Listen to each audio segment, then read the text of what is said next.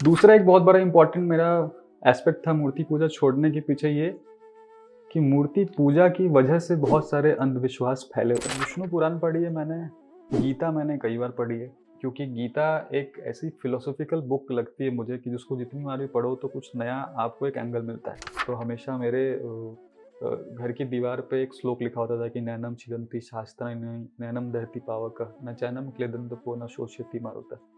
ये गीता का श्लोक है जिसका अर्थ होता है कि आत्मा अमर है। हेलो दोस्तों, नमस्कार, आदाब, सत श्री अकाल। स्वागत है आपका कलामंच प्रेजेंट्स लाइफोलॉजी में। आज हम बात करेंगे स्पिरिचुअलिटी के बारे में। धर्म क्या है, ईश्वर क्या है, शक्ति क्या है, पॉजिटिव एनर्जी या नेगेटिव असुर क्या है। तो स्वागत करते हैं हमारे गेस्ट का। अमृत भाई, कैसे हैं आप? बढ़िया नितिन भाई। तो पहले तो मैं थैंक यू बोलता हूँ तुम्हें बुलाने के लिए यहाँ पे। और अच्छा यार, आज स्पिरिचुअलिटी की बात की इसलिए वो मंदिर वंदिर का पूरा सेटअप कर रखा है, फील आ रहा है पूरा ऐसा ईश्वर वाली। बढ़िया बढ़िया। जैसे कि मैं जानता हूँ आप मूर्ति पूजा में विश्वास नहीं रखते, आप करते भी नहीं है। सो क्यों एंड कब से नहीं कर रही है? मूर्ति पूजा यार मैंने छोड़ दी अराउंड 2008 के आसपास, 2008। ओके। तो अभी देखा जाए तो कुछ 16 साल हो गए। इसके पीछे भी एक छोटी सी कहानी है। मूर्ति पूजा नहीं करने के पहले मैं मूर्ति पूजा बहुत अच्छे तरीके से करता था। मतलब थर्सडे का जो फास्ट होता है, तुमने सुना होगा, वो भी मैं रखता था प्रॉपर। होता है ना, वो पीले कपड़े पहनने होते हैं, पीला ही खाना खाना होता है, बेसन का हलवा खाता था, पूरे दिन फास्ट करता था। अच्छा। इवन जो दुर्गा अष्टमी का फास्ट होता है वो भी मैंने बहुत प्रॉपर तरीके से किया है। उसमें निर्जला फास्ट रखा था। और जो वो कहानियाँ होती है, अगर तुझे पता होगा कि दुर्गाष्टमी की एक पूरी बुक होती है जो हम पढ़ते हैं उस दिन, पढ़ते हैं व्रत के दिन। तो मेरा मानना था कि यार बेसिकली जो इनका उद्गम हुआ है वो तो संस्कृत में श्लोक लिखे गए, हम हिंदी में नरेट करते हैं। तो मैं कहा मंत्रों की वैल्यू तो तभी है जब उनको संस्कृत में पढ़ा जाए। तो मैंने पहले संस्कृत में पूरा पढ़ा, फिर उसको ट्रांसलेट किया। 6-7 घंटे लगे थे कंटिन्यू पढ़ते पढ़ते, क्योंकि संस्कृत नॉर्मली हमारी बहुत स्लो होती है। तो इस तरीके से मैं पूजा करता था। मतलब मेरा विश्वास था कि ईश्वर है या मूर्ति पूजा है। थर्सडे की फास्टिंग के दौरान ही एक बार मैं वो स्टोरीज पढ़ रहा था, जब एक कथा की किताब आती, कथा, बृहस्पतिवार का वो कथा कुछ करके कहते हैं। तो उसमें कुछ एक इंसिडेंट मेंशन था कि उसने पूजा नहीं की, कुछ ऐसा हो गया तो भगवान गुस्सा हो गए। मुझे वो बात ठीक नहीं लगी। मुझे लगा कि यार ये हम ना ईश्वर को भी बहुत ज़्यादा ऑब्जेक्टिफाई करके उसको नीचे लाके इंसानों के लेवल पे ला दिया हमने। यार अगर कोई ईश्वर है, कोई भगवान है, कोई मतलब हम बोलते हैं कि सर्वशक्तिमान या ऐसी कोई डेटी है जिसने पूरी दुनिया को बनाया, यूनिवर्स को बनाया, तो उसके अंदर ये छोटे मोटे इमोशन तो नहीं हो सकते ना, गुस्से वाले और ये वाले, कि छोटी बात से बुरा मान जाए। तो हम इंसानों के अंदर होता है। फिर मैंने 2-3 और चीज़ें पढ़ी, पद्धतियाँ देखी, तो मुझे लगा कि ये जो भी पूजा की पद्धति मैक्सिमम लोग, 99% लोग जो फॉलो कर रहे हैं वो सही ही नहीं। वो जो शुरुआत हुई थी जिस तरीके से पूजा को, या क्यों मूर्तियाँ बनाई गई, या क्यों मूर्तियों की पूजा की गई पर्टिकुलर, जैसे हम अभी शिव जी की मूर्ति के पास बैठे, तो आखिर शिव को ये रूप क्यों दिया गया, उनके गले में सांप क्यों है, ये सारी चीज़ों के पीछे जो कहानियाँ हैं और जो उनके जो मूल मंत्र हैं वो हम भूल चुके। और हमको लगता है सिर्फ अगरबत्ती दिखा देना ही पूजा है। जैसे एक सिंपल एग्जांपल लेता हूँ मैं तुझे, कि हुमाद की लकड़ी जलाई जाती थी पहले हवन में, जिसका बहुत ज़्यादा महत्व था। इवन लास्ट कुछ 15-16 साल पहले तक मुझे याद है, हम लोग घर में भी जब पूजा करते थे उस टाइम पे वो हुमाद की लकड़ी आती थी, उसको जला के वो दिखाते थे। अगरबत्ती तब ट्रेंड में नहीं था जो आजकल है। उसके पीछे क्या वजह थी? हुमाद जो पेड़ होता है, उसकी जो लकड़ी होती है, वो हुमाद एकमात्र ऐसा पेड़ है कि उसकी लकड़ी को जब जलाया जाता है तो उससे जो गैस निकलती है वो सल्फर डाइऑक्साइड और कुछ जो बहुत खतरनाक गैसें होती हैं एटमॉस्फेयर की, उनको नलीफाई करती है। ओके। तो एक्चुअली उसको यज्ञ में, सवाल है ना, कोई दूसरा पेड़ काट के क्यों नहीं जला रहे? क्योंकि उसकी जो वो इंटेंसिटी है गैस की, वो नलीफाई करती है और एटमॉस्फेयर को प्यूरिफाई करती है। ऐसी बहुत सारी चीज़ें थी जो हम फॉलो नहीं कर रहे, बस मूर्ति पूजा कर रहे हैं। दूसरा एक बहुत बड़ा इम्पोर्टेंट मेरा एस्पेक्ट था मूर्ति पूजा छोड़ने के पीछे ये कि मूर्ति पूजा की वजह से बहुत सारे अंधविश्वास फैले हुए हैं। और जो लेस एजुकेटेड लोग हैं, या जो बहुत आसानी से भोले भाले लोग हैं, जो बिलीव कर लेते हैं लोगों पे, उन लोगों को इसकी वजह से बहुत सारी चीज़ों में फंसाया जाता है। मैं ये नहीं कह रहा हूँ कि इसमें ईश्वर की गलती है या कोई धर्म गलत है, धर्म या कोई भी संप्रदाय गलत नहीं होता, बट उसको जो फॉलो करने वाले सर्टेन लोग हैं वो गलत है, और उसका रूट कॉज है ये। तीसरा जो बहुत इंपॉर्टेंट एस्पेक्ट था मेरा, कि अगर ईश्वर है भी कोई और अगर उसने पूरी यूनिवर्स को बनाया है, तो ये नहीं कहता कि उसकी पूजा करो। मैंने जब धार्मिक ग्रंथ पढ़े भी कुछ, तो मैंने देखा कहीं ये मेंशन नहीं कि मेरी पूजा करो। इवन जो गीता है, जिसको हम इतना ज़्यादा मानते हैं, भगवत गीता, कृष्ण कहते हैं कर्म करो। ये तो नहीं कहते अर्जुन को कि भाई ये सब तू छोड़ दे, तीर धनुष, और तू मेरी पूजा करना शुरू कर दे। तो आई रियलाइज कि पूजा इम्पोर्टेंट है ही नहीं लाइफ में। मूर्ति पूजा है, किसी भी तरह की पूजा। और जो लोग कर रहे हैं, या तो डर के करते हैं कि हम नहीं करेंगे तो कुछ बुरा हो जाएगा, या फिर किसी लालच में करते हैं कि हम पूजा कर रहे हैं, हम मंदिर जा रहे हैं तो मेरा भला हो जाएगा। कबूल इस बात को कोई नहीं करेगा, आप किसी से पूछ लो, एक्सेप्ट नहीं करेंगे कि नहीं नहीं मैं तो, लेकिन श्रद्धा से कोई नहीं करता। शायद कोई 1-2% लोग होंगे। तो ये सब रीजन है जिसकी वजह से मैंने फिर मूर्ति पूजा छोड़ दी। आखिरी बात से तो मैं भी एग्री करूँगी, काफ़ी लोग इसी वजह से पूजा करते हैं। जैसे कि कोई कुंडली दिखा दिया, अरे ये तुम्हें ये चीज़ें हैं तो भगवान के पास चले जाओ, ये सारी चीज़ें। आपने एक बात बोली, सेकंड पॉइंट बोला धर्म। आपकी आपके हिसाब से धर्म की क्या डेफिनेशन होनी चाहिए, कि क्या मानते हो आप, धर्म क्या है? हाँ, ये अच्छी बात पूछी यार नितिन भाई। धर्म, धर्म से हम सब हमेशा यही समझ लेते हैं कि भाई हिंदू, मुस्लिम, सिख, ईसाई ये धर्म है। ये धर्म नहीं है। धर्म है, चलो एक पार्ट ये भी है, संप्रदाय है, धर्म बनाया गया, धार्मिक पंथ के रूप में बनाया गया। बट जो बेसिक धर्म जो शब्द है वो कैसे आता है कि हर चीज का अपना एक धर्म होता है, गुण होता है। जैसे पानी को अगर आप छुओगे तो क्या होगा, वो आपको गीला करेगी। तो पानी का गीला करना ये पानी का धर्म है। आग का धर्म क्या है? जलाना, जलाना। कर्म करना। तो धर्म एक्चुअली कर्म से ही रिलेटेड है, कि उसका गुण है वो। तो वैसे ही अगर मैं डीप जाऊं, मेरे लिए अगर कोई पूछे कि भाई आपके लिए धर्म क्या है, तो मैं कहता हूँ इंसानियत, इंसान। ह्यूमैनिटी। क्योंकि मैं इंसान हूँ, मैं इंसान योनि में मैंने जन्म लिया। अब जैसे सांप है, तो कोई कहे कि भैया सांप वेजिटेरियन बन जाओ, तुम मुर्गी के बच्चे मत खाओ, तुम चूहे के बच्चे मत खाओ। यार उसका धर्म है वो खाना, उसका गुण है, उसको नेचर ने बनाया है। वो गलत नहीं कर रहा। अगर शेर बकरी को मार रहा है तो वो गलत नहीं कर रहा। लेकिन अगर मैं मारने लगूं तो मैं गलत कर रहा हूँ, ये मेरा मानना है। तो वो चीज़ है कि धर्म मेरे लिए इंसानियत है, क्योंकि मैं इंसान में जन्म लिया है। आध्यात्मिक और धर्म में क्या अंतर है? आध्यात्म, जो मेरे हिसाब से आध्यात्म का सीधा कनेक्शन आपकी आत्मा से है। हम हमेशा कहते हैं ना कि हमारे अंदर एक आत्मा है, एक बॉडी है।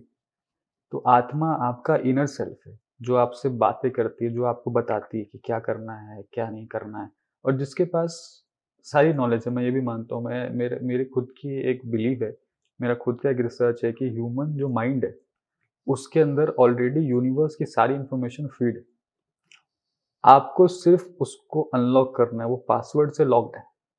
जैसे ये साइंटिस्ट लोग भी अब कहते हैं कि जो बड़े साइंटिस्ट होते हैं, जैसे कि अल्बर्ट आइंस्टीन थे, या जो बड़े साइंटिस्ट होते हैं, वो 6-7% या 5% अपने ब्रेन का यूज करते हैं। नॉर्मल लोग 3-4% ही यूज कर पाते हैं अपनी कैपेसिटी का।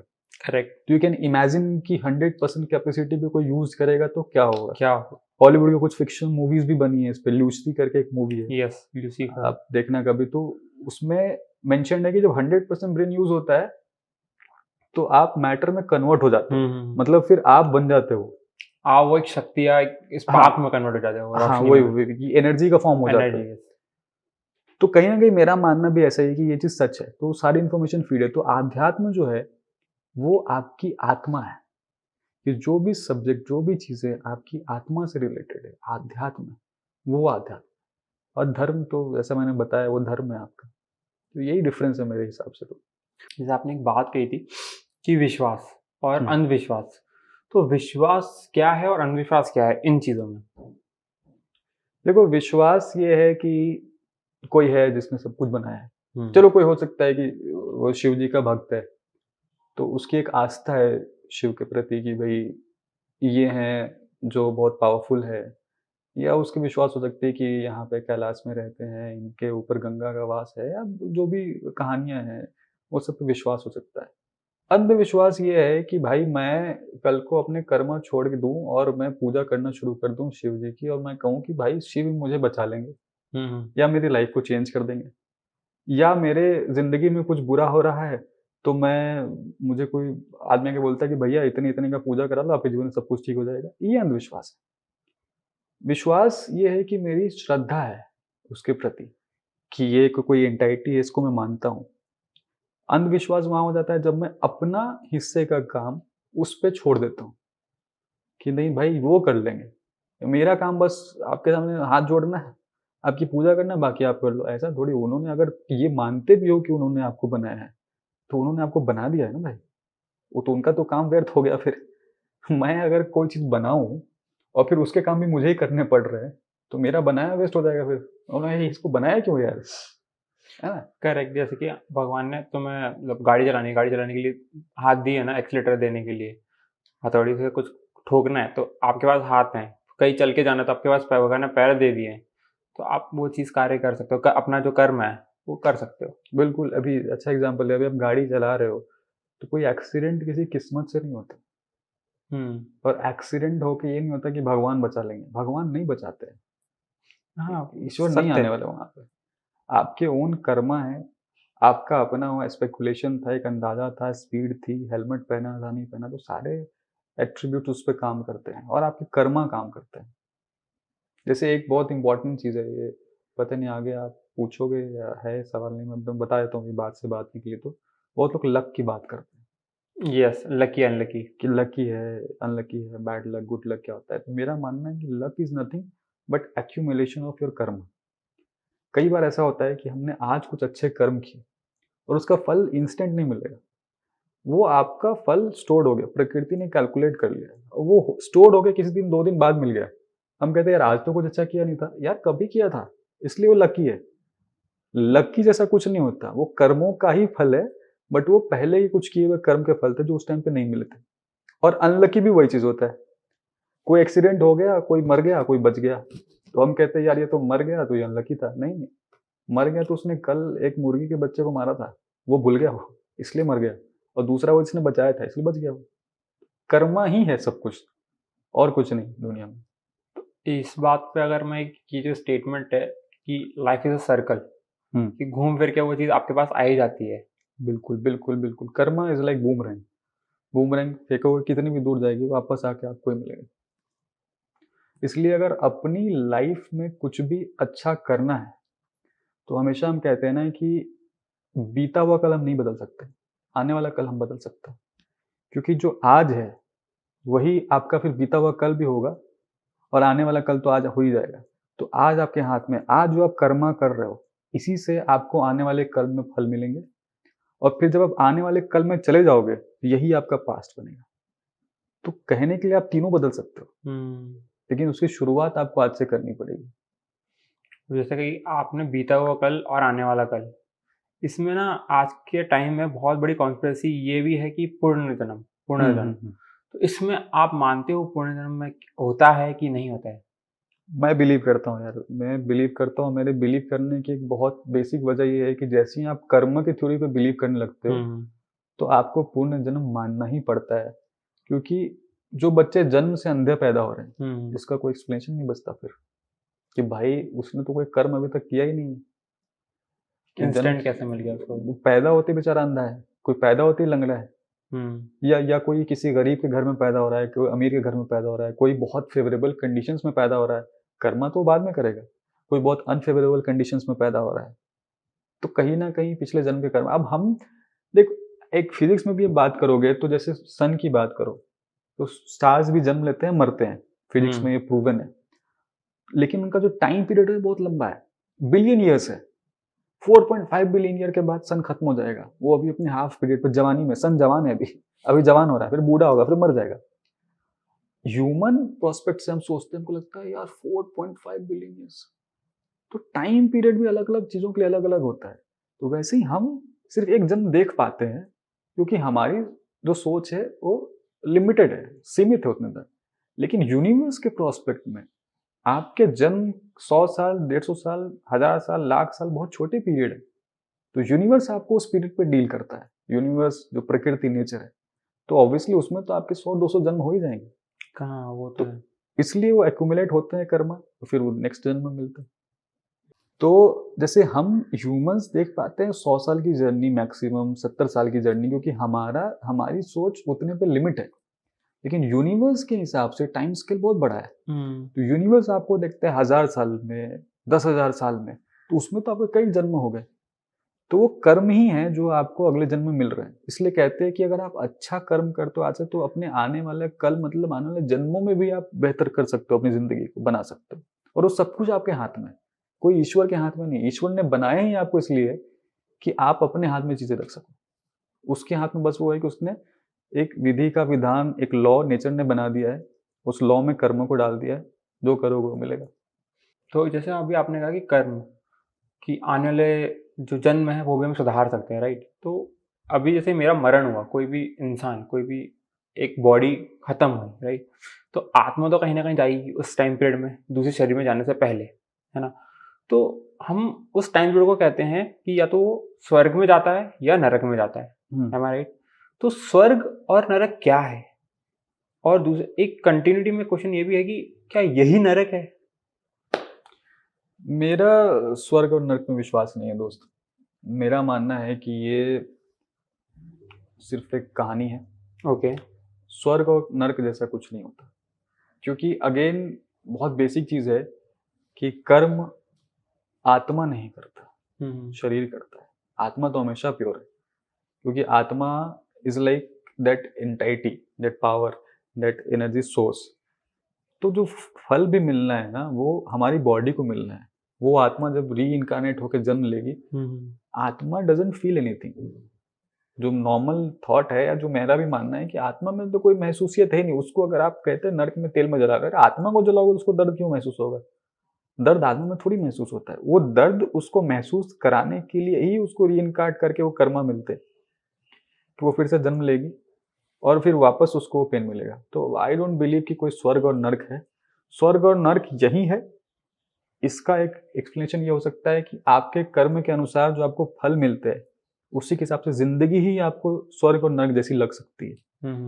कि एक लाइफ बिल्कुल हेल जैसी फील हो सकती है, एक लाइफ बहुत अच्छी फील हो सकती है। क्या बात है।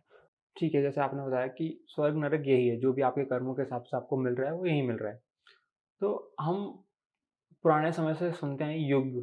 तो युग कितने हैं? और अगर ये कलयुग है तो कलयुग कितना हो चुका है और कितना बचा है? बहुत अच्छा सवाल है। इसके लिए मैं जो भी हमारे सुनने वाले हैं उनको भी बताऊंगा कि भाई विष्णु पुराण पढ़ो आप। और बहुत इजीली अवेलेबल है आज के ज़माने में। मतलब पहले बहुत मुश्किल होती थी, आप पब्लिकेशन ढूंढते हो, कौन किसने पब्लिश किया। गीता प्रेस है एक बहुत ऑथेंटिक पब्लिशर है जो पब्लिश करते हैं। बट अभी तो वेबसाइट्स पे अवेलेबल मिल जाएगा, आपको पीडीएफ मिल जाएगी विष्णु पुराण की, जो हमारे ऑथेंटिक हैं पुराण, जो जिन लोगों ने लिखा है कैलकुलेट करके कि योगा कितने हैं कितने, बहुत अच्छी बुक है। उसमें इनिशियली जो ब्रह्मा सृष्टि की रचना करते हैं वो सब कुछ मेंशन है, और बहुत साइंटिफिक वे में मेंशन है। तो मैं विष्णु पुराण को ही कोट करूंगा कि उसके पॉइंट ऑफ व्यू से क्या है। उनके हिसाब से 4 युग है जो हम जानते हैं: सतयुग, त्रेता युग, द्वापर युग और कलयुग। कलयुग। अब एक बहुत बड़ा मिथ ये है कि सतयुग 4000 साल का होता है। इट्स ट्रू कि सतयुग 4000 साल का है, 3000 साल का त्रेता है, 2 का द्वापर है और 1000 साल का कलयुग है। तो अब लोग इसको हमारे लाइफ स्पैन का 1000 साल समझ लेते हैं। ये बहुत बड़ी मिसकंसेप्शन है।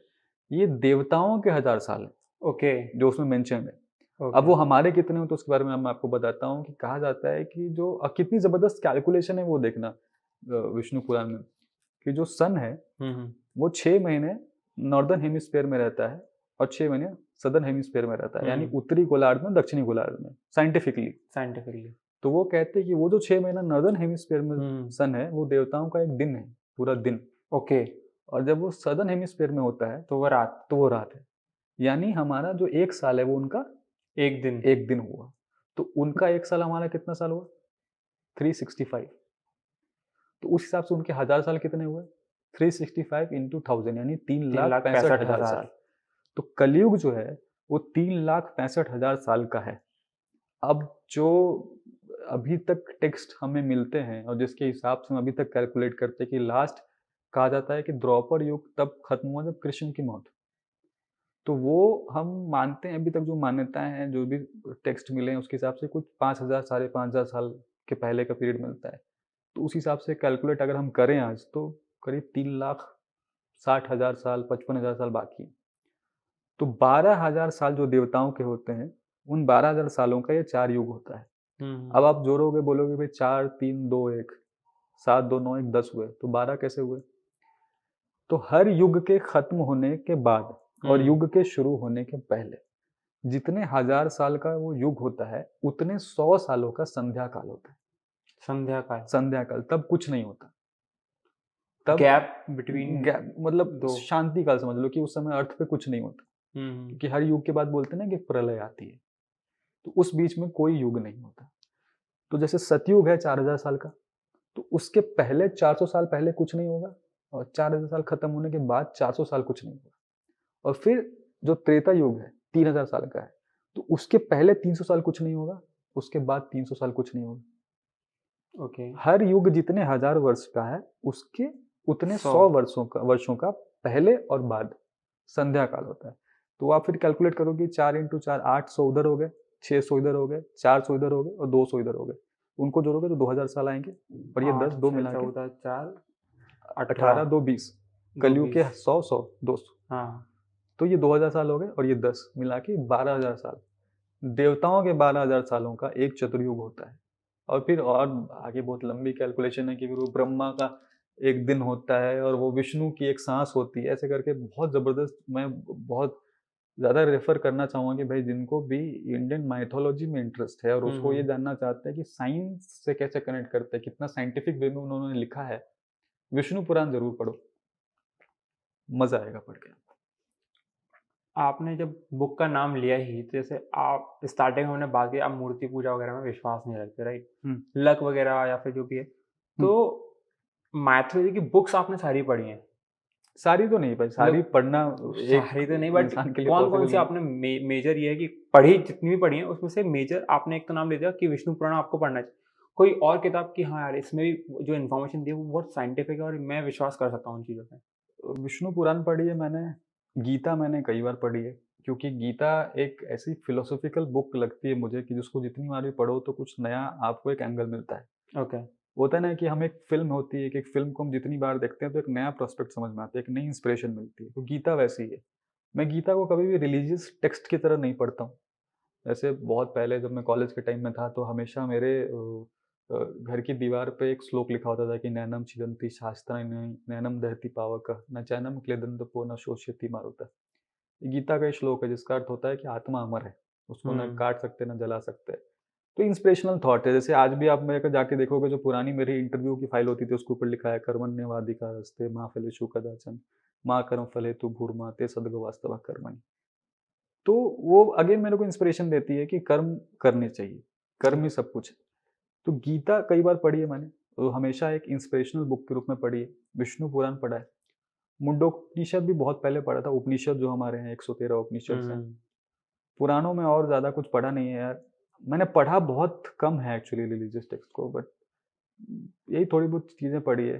वैसे पढ़ने के लिए बहुत कुछ है, और आजकल कुछ अच्छे राइटर्स हैं, मैं यहाँ ज़रूर नाम लेना चाहूँगा देवदत्त पटनायक का। देवदत्त पटनायक, उनकी किताबें हैं और उन्होंने बहुत एक्सटेंसिव रिसर्च के बाद किताबें लिखी हैं। जैसे मूर्ति पूजा पे भी किताबें हैं, मूर्तियों के बारे में किताबें हैं कि ये पर्टिकुलर स्ट्रक्चर क्यों दिया गया, जैसे शिव की तीसरी आंख क्यों है, कृष्ण की बांसुरी में इतने होल्स क्यों होते हैं, उस सब का डिस्क्रिप्शन दिया है। काली की मूर्ति ऐसी क्यों बनाई गई, और बहुत बढ़िया रिसर्च है उनका, तो वो पढ़नी चाहिए। क्योंकि कई बेसिक चीज़ ये है ना यार कि अगर आप पूजा भी कर रहे हो, लाइक मैं मानता हूँ कि शिव सब कुछ है, भाई उनके बारे में जो लिखा गया वो तो पढ़ लो कम से कम। ये तो वैसे ही हो गया कि यार आप किसी को मान रहे हो, उसके बारे में जानकारी नहीं, वो कहाँ रहते हैं, क्या पता है, क्या उनका एट्रीब्यूट्स, वही नहीं पता। अगर मैं शाहरुख खान का फैन हूँ तो उसकी तो सारी फिल्में देखूंगा ना यार। करेक्ट, तो अगर आप शिव के फॉलोअर हो तो उनसे रिलेटेड बुक्स क्यों नहीं पढ़ रहे, उनसे रिलेटेड टेक्स्ट क्यों नहीं पढ़ रहे, तो शायद आप सही मतलब शिव का समझ पाओगे, शिवलिंग का सही मतलब समझ पाओगे। Correct, correct. बहुत गहरी बात कही है, बहुत आसान शब्दों में आपने। तो जैसे अभी आपने बोला शिव जी, और स्टार्टिंग में एनर्जी की बात कर रहे हैं, कर्म की बात कर रहे हैं, तो हमारा हिंदू धर्म, मतलब धर्म की बात कर रहे थे, हिंदू धर्म में और हमारी यहाँ दुनिया में ऐसा मान्यता है कि कैलाश पर्वत पर शिव जी का वास है। वहाँ पे एक अलग ही एनर्जी लोगों को महसूस होती है जब भी वो चढ़ते हैं हम लोग। पर्वतारोही जो हैं वो लोग चढ़ने की कोशिश करते हैं, चढ़ नहीं पाए आज तक। वो ऐसा पर्वत है, जबकि माउंट एवरेस्ट उससे बड़ा है, उसको पर्वतारोही ने चढ़ गए हैं, वहाँ पे बहुत लोग वहाँ पे पहुँचे हैं, बट यहाँ तक ऐसा कभी नहीं हुआ। उसका क्या रीज़न है? आपके क्या विचार हैं इस पे? ट्रू है भाई, ये तो सच है। ये बहुत फैसिनेटिंग फैक्ट है एक्चुअली कि अ, कैलाश पर्वत की हाइट बहुत कम है, लाइक 6,600 समथिंग मीटर ही है उसकी हाइट, जबकि Mount Everest is 8,848 metre. Yes. मतलब 2,000 मीटर है, 2 किलोमीटर ज़्यादा है, फिर भी लोग चढ़ चुके, इतने सारे लोग चढ़ चुके हैं। कैलाश हुँ। पर्वत पे जो भी चढ़ने की कोशिश करता है वो कहता है कुछ ना कुछ डिफिकल्टीज आती, नहीं चढ़ पाते। और जो यात्रा भी होती है मानसरोवर यात्रा, जो कैलाश मानसरोवर यात्रा है, जो लोग मानसरोवर लेक तक भी गए तो उनका मानना है कि बहुत अलग सी एनर्जी महसूस होती है। देखो मेरा मानना है, मैं कभी पर्सनली गया नहीं हूँ तो I can't comment on that कि कैसी एनर्जी फील होती है। हुँ। मैं कभी सोचा जाऊंगा। कैलाश पर्वत हालांकि इंडिया में नहीं है, अभी आपको बता दूंगा। चाइना बॉर्डर पे चाइना है। में, बॉर्डर पे नहीं, चाइना चाइना में में है, है। यस। जो वो यात्रा भी होती है उसके लिए परमिशन लेनी पड़ती परमिशन है, लेनी वो पड़ती पंगा है। होता है। ये भी एक बहुत बड़ी मतलब दुख की बात है कि नहीं है। बट माउंट एवरेस्ट भी इंडिया में नहीं है, नेपाल में है। हुँ। इंडिया की हाईएस्ट गोंडविन ऑस्टिन है शायद, K2 कंचनजंगा है शायद कंचनजंगा। इंडिया की हाईएस्ट पीक। तो खैर ये तो अलग बात है। तो इसको देखने के दो तरीके हो सकते हैं। एक तरीका वो होता है कि हम ये जानने की कोशिश करें हुँ। कि क्यों वहाँ पे एनर्जी फील हो रही है, क्यों वो डिफरेंट है, या वहाँ पे जो इंसिडेंसेस हो रहे हैं क्यों हो रहे हैं। तो शायद हम उससे कुछ रिसर्च कर पाएँ, शायद हमें कुछ सोर्स मिल पाए। क्योंकि आप देखो तो जितने भी इन्वेंशंस ह्यूमन ने किए हैं, हम कुछ भी क्रिएट नहीं कर सकते जो ऑलरेडी नेचर में नहीं है। अगर हमने प्लेन बनाया तो हमने पक्षियों को उड़ते हुए देखा, हमने उसी से इंस्पिरेशन ली ना। हुँ। स्टार्टिंग तो वही था कि यार if birds can fly why we not. तो वहां से इंस्पिरेशन लिया कि भाई कुछ मशीन बनाते हैं ऐसा कि हम उड़ सके। करेक्ट। जो भी चीजें हम इन्वेंट कर रहे हैं, हम उसकी इंस्पिरेशन कहीं ना कहीं नेचर से, उसकी होने वाली एक्टिविटी से ले रहे हैं। कि यार ये थंडर स्टॉर्म गिरा, अब उसको सोच रहे हैं यार ये इलेक्ट्रिसिटी है, इसको कैसे कन्वर्ट करें, यार इसको करंट बना देते हैं। ऐसे करके हर चीज़ इन्वेंट हुई, चीज़ें आगे बढ़ती गई। तो अगर कोई सोर्स ऑफ एनर्जी है, अगर वहाँ पे कुछ डिफरेंट है, तो एक एंगल तो ये होता है कि आप उसको एक्सप्लोर करने की कोशिश कीजिए कि भाई वो क्या है, क्या नहीं है। अगर आप उससे कुछ इंस्पायर होके कुछ रिसर्च कर सकते हैं या ह्यूमन सिविलाइजेशन को या पूरी दुनिया को कुछ फ़ायदा हो सकता है तो वो है। दूसरा पॉइंट ये है कि अगर वहाँ पे सच में शिव है या हुँ। वैसे ही कोई सुपर पावर या एनर्जी सोर्स है, तो ये सोचना बहुत बड़ी बेवकूफ़ी है कि मैं जाके उनसे मिल लूँगा। कि भाई वो शिव है। ऐसी कोई भी रैंडम आदमी आके, मैं मेरे जैसा आदमी तो नहीं है कोई भी जाके मिल लेगा। अगर मेरे को कल मालूम भी है कि मन्नत में शाहरुख खान रहता है, तो शाहरुख खान मुझसे मिल तो नहीं लेगा, मैं मन्नत चला जाऊँगा तो। उसकी भी अपनी बिल्कुल। सिक्योरिटी है। राइट। तो हो सकता है अगर शिव जैसी कोई शक्ति वहाँ पे है, तो उसकी अपनी सिक्योरिटी है वो, कि भाई आप मेरे तक ईज़िली थोड़ी आ सकते हो। अगेन उस तक जाने के लिए आपको कर्मा ही करना पड़ेगा। एक बहुत पुरानी फ़िल्म मैंने देखी थी, the lost symbol. The law of lost symbol the lost symbol. Hollywood की फ़िल्म है, वो दा विंची कोड एक बुक है, उस पे बेस्ड है, जो जीसस क्राइस्ट पे रिसर्च करके उन्होंने बनाई है। बहुत अच्छी किताब किताब भी है और फ़िल्म भी बहुत अच्छी है। वो कभी पढ़ना है। इंडिया में हिंदू धर्म में ऐसे बनाना बहुत मुश्किल है, क्योंकि बहुत लोग खड़े हो जाएँगे कि भाई हमारी मान्यता है, आपने ऐसे क्यों दिखा दिया, वैसे क्यों दिखा दिया। बट एक एक इससे रिलेटेड एक बात याद आई मेरे को, लगा मुझे बात करनी चाहिए इस मंच पे, इसलिए कर रहा हूँ कि बहुत सारे लोग ना आहत हो जाते हैं। जैसे आदि पुरुष जैसी फ़िल्म बनती है, तो हमारे सेंटिमेंट्स हर्ट हो जाते हैं कि हमारे राम जी को ऐसा क्यों दिखाया। यार अगर आप मानते हो कि राम इज ईश्वर, गॉड, अगर राम जी हैं, तो कोई इंसान की औकात ही नहीं है ना कि उसको कुछ दिखा सके या खराब कर सके। कोई ईश्वर अगर है तो वो इतना ग्रेट है, इतना बड़ा है कि हमारी औकात नहीं है। वो उसका अपना एक इंटरप्रिटेशन है, उसको करने दो। क्रिएटिविटी को लिमिट मत करो इन चीज़ों को लेके। और इसलिए हॉलीवुड वालों में ये चीज़ नहीं होगी। जीसस क्राइस्ट पे पूरा रिसर्च है, जहाँ उसमें दिखाया कि जीसस क्राइस्ट की एक गर्लफ्रेंड थी, उनकी शादी नहीं हुई थी बट बच्ची थी, उसकी पूरी फैमिली दिखाई है। बहुत बढ़िया बुक है और बहुत बड़ी रिसर्च है। तो उस फ़िल्म के एंड में डायलॉग बोलता है, वो थ्रू आउट फ़िल्म सर्च करते रहते हैं जीसस क्राइस्ट की वंशज के बारे में। तो एंड में एक बहुत अच्छा डायलॉग है, वो कहता है कि देवता जैसा कुछ नहीं होता, इंसान अपने कर्मों से दैवीय हो जाता है। ओह! ये बात मुझे बहुत ज़्यादा स्ट्राइक की कि इट्स एक्चुअली ट्रू यार, यही चीज़ है। कि शायद हो सकता है कि देवता जैसा कुछ नहीं होता जो इंसान अपने कर्म, जैसे कि हम महात्मा बुद्ध को जानते हैं, हम्म। आज लोगों ने उनकी पूजा करनी शुरू कर दी, बुद्धा के नाम से एक पूरा धर्म बना दिया, लेकिन बुद्ध जब तक खुद जिंदा थे उन्होंने कभी पूजा करने की बात की नहीं। नहीं की। बुद्ध पूजा नहीं करते थे क्योंकि किसी किस्म की पूजा के खिलाफ थे। उनका तो कहना था कर्म करो, उनका कहना था कि भाई हर किसी जीव की तुम भलाई करो, उसको खाना दो, उसकी रक्षा करो। बट उनके कर्म इतने अच्छे थे, इतने बढ़िया थे कि वो कर्मों से दैवीय हो गए और लोगों ने उनको देवता बना दिया। चाहे महावीर हो, चाहे बुद्धा हो, या बाद के भी बहुत सारे संत हैं ऐसे, रामकृष्ण परमहंस हैं, या अभी मराठी या महाराष्ट्र में बहुत सारे संत हैं ऐसे, मैं उनके सबके नाम नहीं जानता, बट ऐसे लोग हैं जो कि कर्म उनके इतने बढ़िया थे कि वो दैवीय हो गए। तो वो एक बहुत ही इंपॉर्टेंट पार्ट है जो हम मिस कर जाते हैं, कि कर्म ही आपको कहीं भी लेके जाएगा।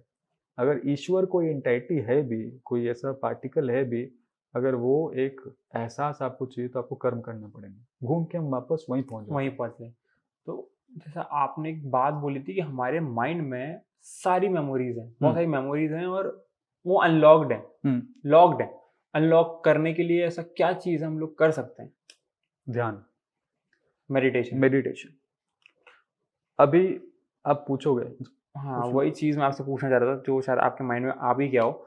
तो आपका कभी ऐसा कोई एक्सपीरियंस रहा हो मेडिटेशन से, आपने वो कोई ऐसा अनलॉक करी हो वो मेमोरी या फिर पावर?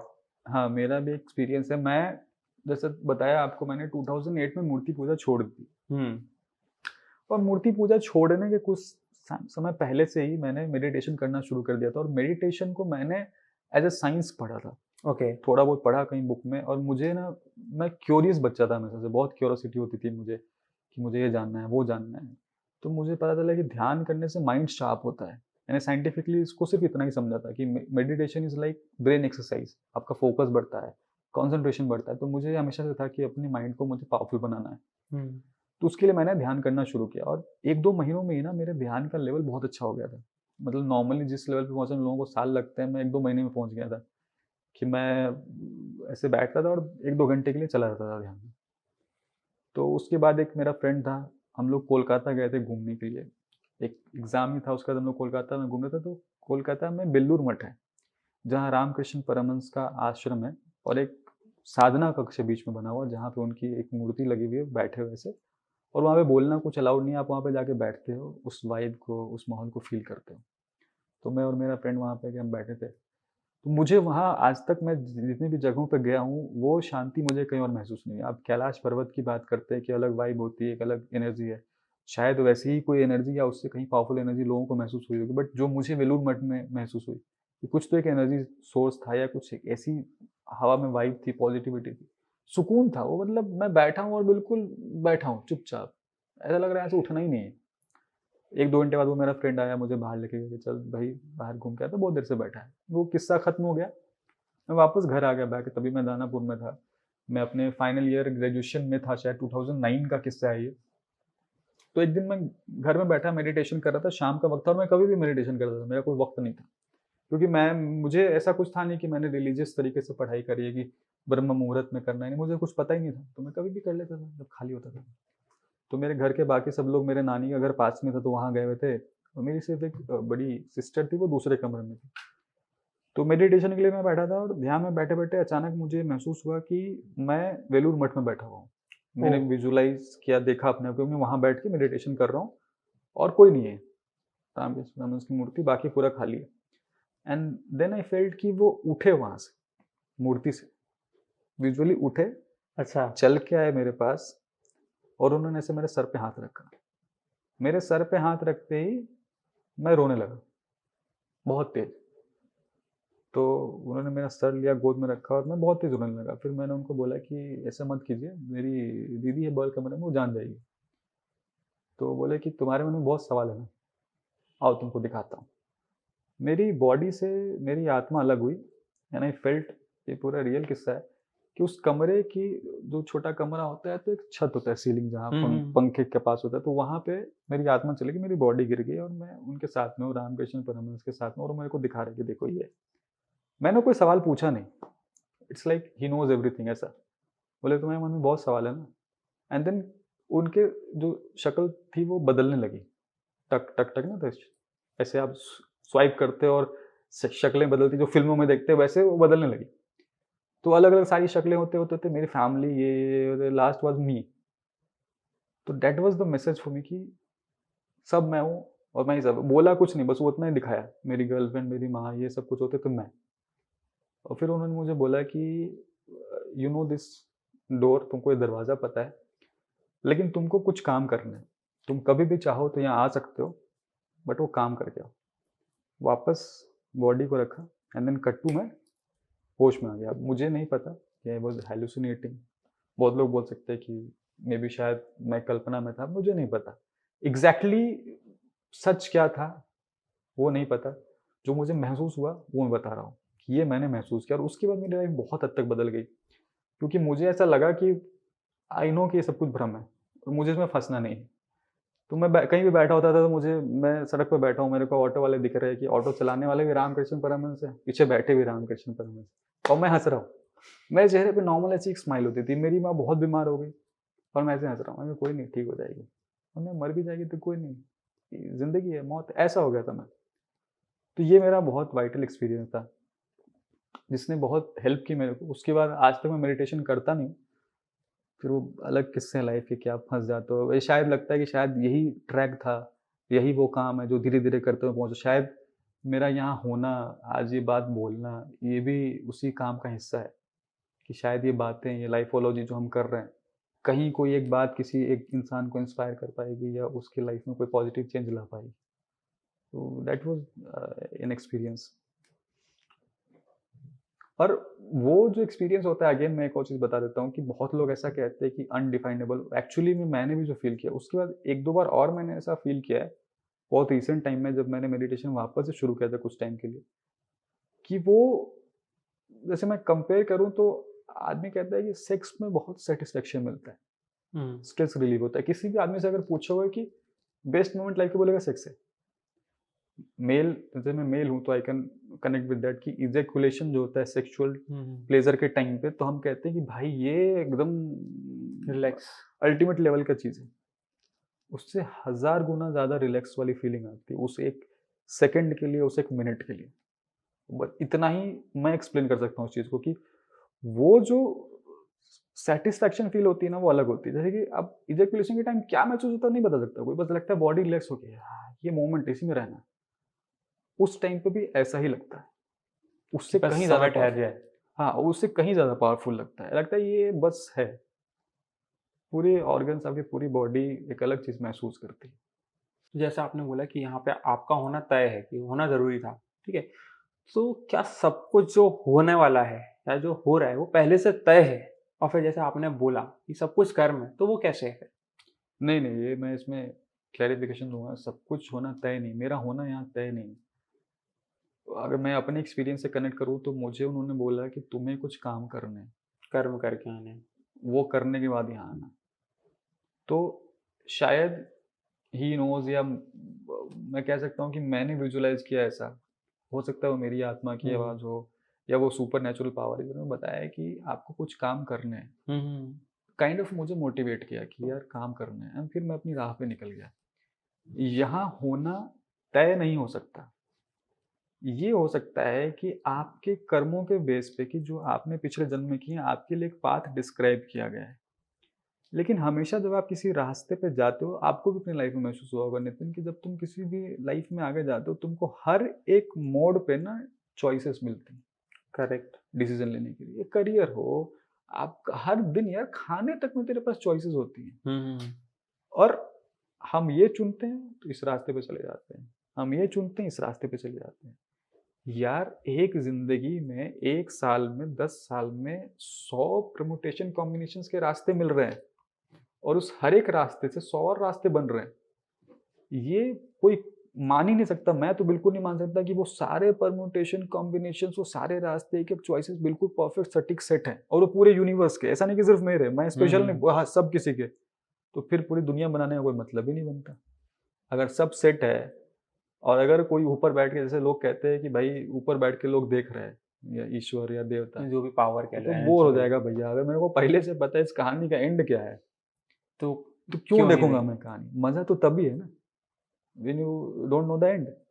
तो ये चीज़ नहीं हो सकती। आपके चॉइसेस आपको लेके जाते हैं डायरेक्शन में कि भाई ऐसे-ऐसे जाना है। तो मैंने ये बोला कि मेरा यहाँ होना शायद वो वे है कि मुझे लाइफ़ लेके आएगी, भाई तुझे कर्म करने हैं। मुझे ऑप्शंस मिले कि भाई ये चुनना है, जैसे फॉर एग्ज़ाम्पल मेरी जॉब और इस करियर के बीच में चुनना था। मैंने चुना 10 साल की सरकारी नौकरी, ऑलमोस्ट क्विट कर चुका हूँ, इधर आया, इधर अभी करियर बहुत ज़्यादा फ्लरिश नहीं कर रहा बट फिर भी इसको चुना। ये मुझे लगता है कि लाइफ़ आपको लेके जाती है, लेकिन चॉइसेस आपको करने पड़ते हैं, डिसीज़न आपको लेना पड़ता है। ये चीज़ होती है, तय नहीं है कुछ भी। तय होगा तो फिर तो वही बात होगी कि बच्चे ने जिस ग्रह नक्षत्र में जन्म ले लिया, तो वही हो जाएगा। एक कहानी मैं सुनाता हूँ आपको, शायद आप जानते भी होंगे कि रावण जो था वो बहुत शक्तिशाली था। तो ये जो तय वाली बात है ना, तो उसने कहा कि यार मैं अमरता का कोई वरदान तो दे नहीं सकता। कोई भी आप पुराने वो देखते होंगे माइथोलॉजी के, इसलिए मेरे को बहुत इंटरेस्टिंग लगता था। वो बेचारा तपस्या-वपस्या कर रहा है, एक टाँग पे खड़े होके, वो झाड़ियाँ-वाड़ियाँ निकल गई हैं, फिर ब्रह्मा प्रकट होते थे, बोले क्या माँगना है? मैं अमर कर दो, नहीं ये अमर नहीं, कर दो। कुछ और माँगो। तो लोग फिर बदल-बदल के माँगते थे। वो एक कहा था वो हिरण्यकशिपु कि मैं ये दिन में ना मरूँ, रात में ना मरूँ, ऐसे करके लोग फ्लॉज़ ढूँढते थे, कैसे अमर हो जाएँ। तो रावण ने कहा एक तरीका अपनाते हैं। उसके जब बेटे का जन्म होने वाला था मेघनाद का, बोला अगर मैं सारे ग्रहों को ही पकड़ लूँ, उनको ही अपना बंदी बना लूँ और उनको ही मोड़ के एक ऐसे नक्षत्र में रख दूँ, तो कुछ होगा ही नहीं मेरा। तो एक्चुअली रावण इतने पावरफुल थे कि उसने सारे ग्रहों को बंदी बना रखा था। और शनि को तो अपने घर में बंद करके रखे हुआ था नीचे, गेट पे, कि उसकी दृष्टि नहीं पड़े, इसलिए लंका को कुछ नहीं होता था। तो वो कहानी भी है कि वो एक बार खाली गलती से एक तिरछी नज़र पड़ गई थी कि उसने क्या ना, जो स्टेयर्स केस बना रखे थे ना, उसपे सारे ग्रहों को लिटा रखा था, उसपे पाँव रख के जाता था। पाँव रख के अपने सिंहासन पे जाता था। हाँ, तो शनि पे जब पाँव रखा तो शनि की एक दृष्टि पड़ गई थी। ऐसा कहानी है माइथोलॉजी में कि उसकी वजह से विनाश हुआ। तो देयर इज़ अ थिंग कि जो बंदा इतना पावरफुल है कि वो अगेन हम ना स्टोरी से गलत चीज़ ले लेते हैं। हम इस स्टोरी से ये ले लेते हैं कि सब कुछ तय है। रावण कितना पावरफुल था, स्टोरी में वो मैसेज नहीं है। स्टोरी में मैसेज ये है कि आप अपनी ज़िंदगी ग्रहों को पकड़ के नहीं बना सकते। Again karma is the most important thing. Ravan का विनाश हुआ क्योंकि उसने बुरे कर्म किए। वो कितनी कोशिश की उसने कि ग्रह ही को पकड़ लिया, नक्षत्रों को ही अपने काबू में कर लिया, लेकिन फिर भी वो अपनी ज़िंदगी बदल नहीं पाया। कर्म करता तो बदल जाती ज़िंदगी। तो ये मैसेज था उस कहानी में जो हम नहीं लेते। जैसे कि बात तो आपने पते की कही है, एट द एंड हम वहीं पे आ गए, स्टार्टिंग पॉइंट हमारा कर्म ही है, राइट? तो फिर थोड़ा सा और स्टार्टिंग में पहुंच जाते हैं, जैसे हमने स्टार्ट किया कि भगवान ईश्वर क्या है, धर्म क्या है, राइट? तो सभी को जोड़े हुए है एक यूनिवर्स। तो फिर यूनिवर्स क्या है? यूनिवर्स क्या, यूनिवर्स साइंटिफिकली बोला जाए तो सब कुछ यूनिवर्स है। मतलब एक पूरा प्लेन है जहाँ सब कुछ एग्जिस्ट करता है। और मेरे पॉइंट ऑफ व्यू से बोला जाए कि यूनिवर्स कैसे क्रिएट हुआ, ये लोग सोचते हैं, मैं भी बहुत सोचता था। तो अभी तक मैं जिस निष्कर्ष पे अपनी सोच के हिसाब से पहुंच पाया हूँ, मुझे लगता है कि यूनिवर्स को बनाया गया मोह में आके। जैसे कहते हैं ना कि मोह संसार की जननी है, मेरा मानना है ऐसा कि जो भी वो सुपर नेचुरल पावर या गॉड पार्टिकल एनर्जी सोर्स था, वो बोर हो रहा था अपनी लाइफ में, इंटरटेनमेंट के लिए बनाया उसने। मेरा ये मानना है, क्योंकि आखिर क्यों बनाएगा? अगर मैं ओमनीसेंट हूँ, ओमनी पावरफुल हूँ, मुझे छोटे छोटे कीड़े मकोड़े आपके जैसे लोग बनाने की क्या जरूरत है? क्यों बनाएगा? फैक्ट है। तो उसने बनाया इसलिए क्योंकि वो बोर हो रहा था। तो उसने एंटरटेनमेंट के लिए एक यूनिवर्स क्रिएट कर दी। अब क्रिएट किया तो उसको सर्टेन रूल्स बनाने पड़े कि भाई ताकि ये ऑटो मोड पे चलता रहे, नहीं तो फिर लाइबिलिटी हो जाती ना कि हर हमेशा आओ गाड़ी को ड्राइव करो, ये करो। तो उसने ऑटो मोड पे कर्मा का मोड बना दिया और यूनिवर्स की सारी चीज़ें सेट कर दी। ये अर्थ यहाँ पे मे बी शायद डिफरेंट प्लैनेट्स भी होंगे कहीं और दूसरे अर्थ्स भी होंगे, वो चीज़ें बना दी, सब कुछ बना दिया। एंड देन वहाँ पे नेचर को जाके छोड़ दिया कि ये चीज़ें ऐसे चलेंगी, ये कर्मा होगा, ऐसे चलेगा, ऐसे चलेगा। इसलिए आप आज भी देखो, जो आप अपनी ज़िंदगी की गहराई में जाओगे, कोई भी इंसान, हम उतना ही सोच पाते हैं जितना हमारी ज़िंदगी होती है। हमको नहीं पता कि बिल्ली कैसे सोचती है, कुत्ता कैसे सोचता है, हम बस अंदाज़ा लगा रहे हैं।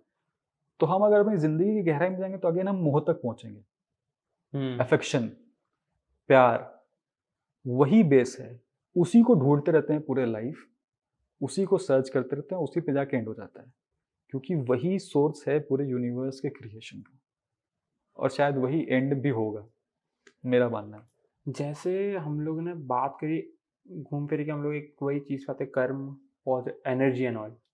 तो साइंटिफिकली अगर हम बात करें, जैसे आपने बोला कि साइंटिफिक वे, तो साइंटिफिकली अगर हम बात करें तो जहाँ पे पॉजिटिव चीज़ है, there are always a negative thing, right? हर चीज़ के दो पहलू हैं, हेड एंड टेल्स। तो क्या, जैसे कोई पॉजिटिव पावर है, पॉजिटिव एनर्जी है, तो क्या यहाँ पे नेगेटिव एनर्जी भी है? जैसे हम भगवान बोलते तो भूत, पिशाच, तो अगर है तो क्या कभी आपने वो एक्सपीरियंस किया है? अच्छा सवाल है यार। साइंटिफिकली तो होना चाहिए, क्योंकि और बहुत हद तक ये थ्योरी सही भी लगती है कि बैलेंस करने के लिए स्टीफन हॉकिंग्स ने भी कहा कि हर मैटर के लिए एक एंटी मैटर है, डेफिनेटली। तो होना तो चाहिए। और एक्चुअली मेरा खुद का भी एक एक्सपीरियंस है ऐसा, तो मैं अच्छा। वो शेयर करता हूँ। मैं आज तक मेरा एक अगेन एक डिस्कवरी पे एक डॉक्यूमेंट्री देखी थी, मैं उसके पहले वो एग्जांपल कोट करता हूँ। तो उसमें ऐसा ही था, वो घोस्ट, उनकी एक टीम होती थी जो जहाँ भी लोग रिपोर्ट करते थे कि यहाँ पे हमें नेगेटिव एनर्जी या सुपर नेचुरल पावर महसूस हुई है, पैरानॉर्मल एक्टिविटी, तो वहाँ जाके वो रिसर्च करते थे, पकड़ते थे। भूत पकड़ने की टीम थी उनकी। तो पूरा उनका डिस्कवरी पे वो डॉक्यूमेंट्री थी कि कैसे जाते हैं, कौन कौन से मीटर्स लेके जाते हैं, जहाँ वो रेडिएशन नापते हैं, वहाँ कितना मैग्नेटिक फील्ड बना हुआ है वो नापते हैं साइंटिफिक वे में, एंड देन वहाँ पे कैसे कैसे करते हैं। तो उसके एंड में जो उसका मेन जो बंदा था, जो मेन प्रोटेगनिस्ट था, उसका मानना था कि भूत नहीं होते। तो उसने 2-3 ऐसी चीज़ें थी जो अभी तक आज तक सस्पेंस बनी हुई है। London school of paranormal activity करके एक ऑर्गेनाइजेशन है, मैं एग्जैक्ट नाम भूल रहा हूँ, बट लंदन स्कूल ऑफ नाम पैरानॉर्मल मैंने ऐसा एक्टिविटीज़ तो, करके है, हाँ, ऐसा है जहाँ कोई। पे रिसर्च होती है। यस। तो अभी भी कुछ-कुछ फ़ोटो, जैसे मुझे एक पर्टिकुलर फ़ोटो याद आ रही है कि जिसके बारे में ज़िक्र है कि वो कुछ 17वें या 18वें माले पे बंदा खड़ा है, अपनी वाइफ़ की फ़ोटो खींच रहा है, और पीछे खिड़की, जैसे इधर खिड़की है वैसे पीछे खिड़की है, हम्म। जो 18वें माले पे खुलती है और पीछे कुछ नहीं है। ओके। मतलब खिड़की खुलने के ब्लैंक। बाद क्या होता है, नीचे सड़क खाली है सड़क पूरा। दिखेगी या फिर कुछ ना कुछ तो दिखेगा। हाँ, वो खिड़की है सिर्फ़, उसका कुछ भी स्लैब नहीं। और जब वो फ़ोटो उसने ली, तो बाद में जब फ़ोटो प्रिंट करी, तो उस फ़ोटो में पीछे एक बंदा दिख रहा है खिड़की पे खड़ा, खिड़की के उस तरफ। ओके, मतलब एक डिस्टेंस है खिड़की के, मतलब खिड़की के अपोजिट साइड। अपोज़िट साइड नहीं, जैसे खिड़की है, खिड़की खुली हुई है, खिड़की के साइड उसकी बीवी है, इस साइड वाइफ़ है, और और उस पीछे, साइड। जबकि पीछे खाई है, मतलब 18 फ्लोर पे है। हाँ हाँ। वहाँ ना सीढ़ी लगा के ना कुछ करके खड़ा कोई हो ही नहीं सकता, और उसको जब ये रियलाइज़ हुआ, उसने बाद में जाके देखा, वहाँ कोई नहीं था, बट वो फ़ोटो है। वो आज भी उस पे रिसर्च चल रहा है कि भाई ये कैसे है। तो वो जो डॉक्यूमेंट्री थी, जो प्रोटैगनिस्ट था, जो भूत को नहीं मानता था, उसने एंड में एक बात कही, अगेन जैसे वो डा विंची कोड का मैंने कहा, उसने कहा कि ज़रूरी नहीं है कि हर चीज़ को मैं पहली नज़र में या पहले एक्सपीरियंस में समझ जाऊँ कि ये क्या है। लेकिन जब तक मैं नहीं समझता, मैं ये मान नहीं लूँगा कि ये भूत है। हम्म मैं ये कहूँगा कि मैं अभी तक नहीं जान पाया हूँ। हम्म तो वैसे ही मेरे एक्सपीरियंसेस रहे हैं लाइफ में, मैं आपको अभी शेयर करूँगा। बट मैं 100% ये भी श्योर नहीं हूँ कि वो आत्मा ही थी, और 100% मैं श्योर ये भी नहीं हो सकता कि आत्मा नहीं थी। इट्स लाइक हो सकता है लाइफ में आगे जाके मुझे रियलाइज़ हो कि क्या था या पता चले। तो मेरा इंसिडेंट ऐसा था कि मेरा मानना है हमेशा से लाइफ में, बहुत अर्ली एज से, कि अगर आप सच्चे दिल से चाहो तो आप किसी का पेन ले सकते हो। ओके। लेकिन उसके लिए आपकी हार्ट को बहुत प्योर होना चाहिए। प्योरिटी आपको उस लेवल पे अचीव करनी पड़ती है जहाँ आप सेल्फलेस हो जाते हो, जहाँ आपकी लाइफ में कुछ नहीं बचता। कोई स्वार्थ नहीं है, और सिर्फ कहने के लिए नहीं, एक्शंस में भी नहीं, इंटेंशंस में अंदर नहीं है। मतलब सोच आपकी उस वैसी हाँ, होगी। मतलब अंदर से आप किसी का बुरा नहीं हम्म चाहते हो। वैसा हो, जब उस लेवल पे जब आप पहुँच जाता है कि वो दैवीय वाली थोड़ी-सी बात है, तो आप वो पेन ले सकते हो। और मेरा मानना था कि मैं हूँ ऐसा। मेरा अपने आप पे बिलीव था कि मैं यहाँ पे हूँ, या मैं इस राह पे चल रहा हूँ, और मैं, मेरे अंदर वो पावर है, या मैं ऐसा कर पाऊँगा कभी कि मैं ले सकता हूँ। तो उस टाइम पे मेरी एक गर्लफ्रेंड थी, तो उसने मुझे बताया कि उसको पैरानॉर्मल ऐसी एक्टिविटीज़ महसूस होती हैं, और उसको ये महसूस होता था कि उसके साथ रेप हो रहा है, ओके। और ऑलमोस्ट हर 2-3 रात को छोड़ के। और बहुत अजीब से किस्से थे वो। फ़ोन पे उसने मुझे बताया कि मैं लिटरली, मुझे महसूस होता है कि कोई मेरे साथ रेप कर रहा है। मैं चिल्लाती हूँ, मेरे मम्मी-पापा आते हैं, मेरा हाथ-पाँव पकड़ते हैं, मैं चिल्लाती रहती हूँ, एंड देन मेरे कपड़े भी ऑलमोस्ट खुले होते हैं अपने आप। एंड एक फीलिंग होती है ना अपने आप के अंदर, कि आपको क्या महसूस हो रहा है, तो वो फीलिंग होती थी। तो मुझे लगा ये तो बहुत, मतलब बुरी फीलिंग है, अगर किसी को ये चीज़ हर वीक में 1 बार 2 बार महसूस हो रहे है, तो बहुत ज़्यादा वो उस चीज़ को लेके बहुत डिप्रेस थी, परेशान थी। तो हमारी तरफ एक दरगाह है, अजमेर की दरगाह हुँ, बहुत हुँ, फ़ेमस हुँ। है कि वहाँ पे उस टाइम पे मैं शायद मूर्ति पूजा को थोड़ा बहुत मानता भी था, तो मैं उसको लेके गया दरगाह पे कि वहाँ पे लोग बोलते हैं भूत-वूत भागता है ना, बट उसका भी कुछ ख़ास असर हुआ नहीं। फिर एक बार और लेके गया, फिर रास्ते में ऐसे मैंने उसके सर पे हाथ रखा, मैंने विश किया कि अगर कोई भूत है तो मेरे ऊपर आ जाए, ऐसे करके विश किया मैंने। वो चले गए, 1-2 दिन बाद उसने बोला कि अब मेरा अच्छा महसूस हो रहा है। हाँ, और फिर कुछ 7-8 दिन बाद उसको चीज़ रिपीट नहीं हुई। हुँ। तो मैं कहा सही बात है, मैं कहा बढ़िया ठीक हो गई। मुझे देख के लोग बोलने लगे कि यार तुम बीमार हो क्या? मैं कहा नहीं मैं तो ठीक हूँ। कहते नहीं शक्ल से बीमार लग रहे हो। पता नहीं। और मेरी माँ को भी कुछ चीज़ समझ आने लगी। हुँ, हुँ। अब मूर्ति पूजा नहीं, मूर्ति पूजा छोड़ दी थी मैंने, उसके पहले छोड़ दी थी। तो उसको भी समझ आने लगी, तो मेरे को बोल रही कि तुम कहीं गया था क्या? मैंने कहा नहीं कहीं कहीं नहीं, कुछ नहीं हुआ। मम्मी को बता नहीं सकता वो बातें। बट हर आदमी जो मुझसे मिल रहा है यही कह रहा है कि आप बीमार दिख रहे हो, तुम बीमार दिख रहे हो। मैं कहा मैं तो साला ठीक दिख रहा हूँ, क्या है? और मेरी माँ नॉर्मली मेरे साथ नहीं सोती थी, वो अचानक मेरे साथ सोना शुरू कर दिया उसने।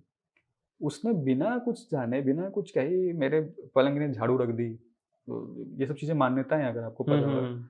वो बेड के नीचे कैंची रख दी, वो कैंची है, ये सब लोहे लगते हैं। बच्चों के लिए और ज़्यादा यूज़ मैं होता समझ है। नहीं पा रहा हूँ ये लोग ऐसा क्यों कर रहे हैं? मुझे कुछ महसूस नहीं हो रहा है। फिर फाइनली एक दिन मैं सो रहा था, बगल में मेरी माँ सो रही है, तो जो मैंने देखा, ऐसे दरवाज़ा खुला था कमरे का। तो मैंने कहा दरवाजे से एक बच्चा आया, 14-15 साल का रहा होगा। उसके सर पे ऐसे टोपी थी, सिम्बोलाइज़ कर रहा था कि वो मुस्लिम है, इस्लाम धर्म को बिलॉन्ग करता है, ऐसे आया, लाइट ऑफ, रात में सो रहा हूँ, आके मेरे सीने पे बैठ गया। वो कहता है तो अपने आप को क्या समझते हो? उसको बचा लिया, अभी तुम्हारा क्या होगा? तो देन उस कन्वर्सेशन से आई रियलाइज़ कि शायद ये वही भूत है। तो हम लोग नॉर्मली जिस तरीके से हम पले-बढ़ते क्या होता है कि भूत देखा, आत्मा देखा, तो वी स्टार्टेड कि ओम नमः शिवाय, ओम नमः शिवाय, या हनुमान चालीसा, जय हनुमान ज्ञान गुण सागर। तो मैं ऐसा कुछ करने बोलते हैं, हनुमान चालीसा मैं पढ़ के सुनाऊँ? वो पढ़ता है वो। मैं कहा यार ये कैसा भूत है भाई? और मेरी माँ जस्ट मेरे बगल में सो रही है। हाँ।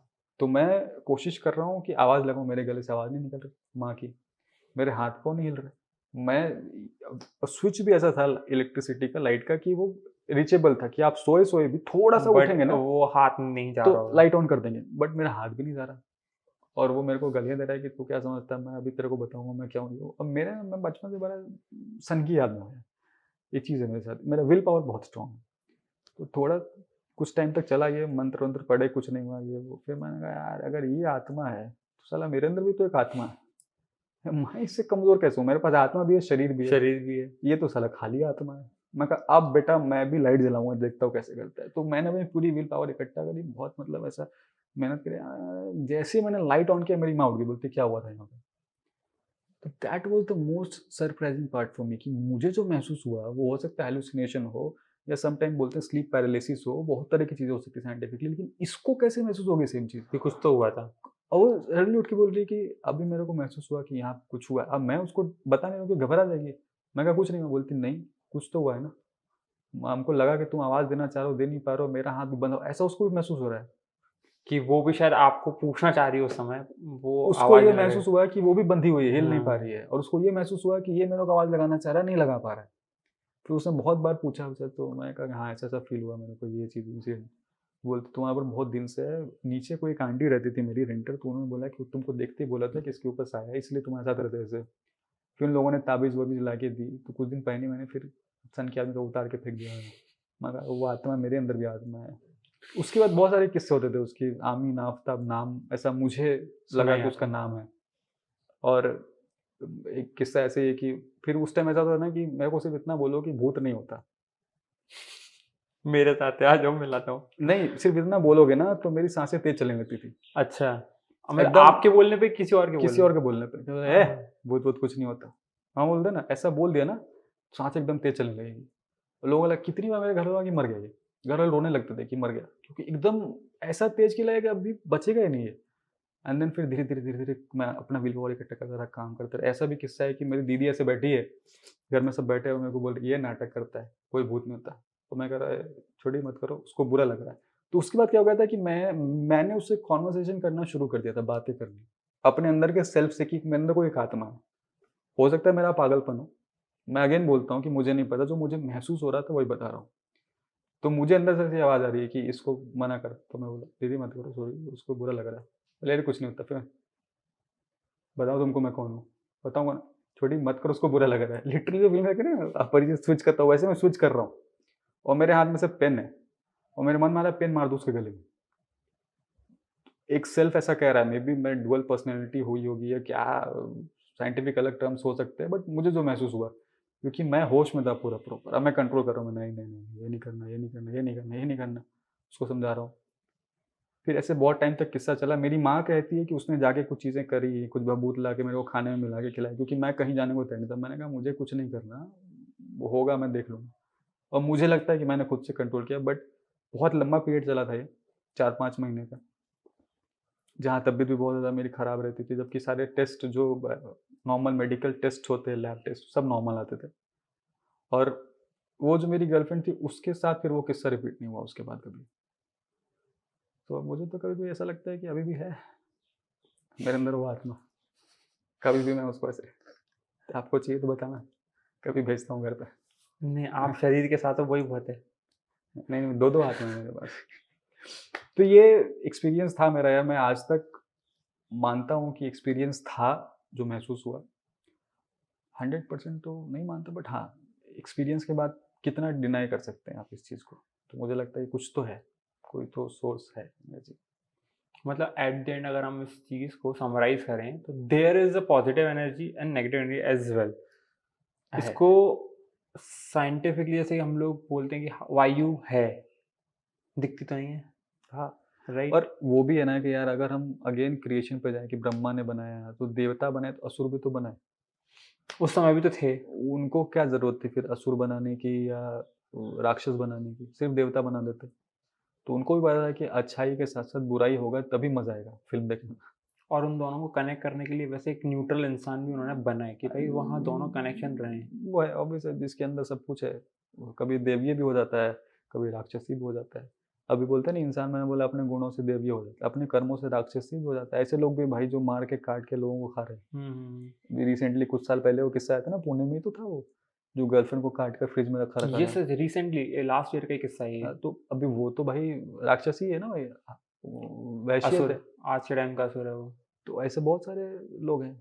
ऐसे केसेस आते हैं जहाँ फादर ने अपनी बेटी के साथ रेप कर दिया। अभी क्या बोलेंगे उसको, मतलब इंतहा है यार, एक्सट्रीम लिमिट्स है। तो वो अगेन कर्मा ही है।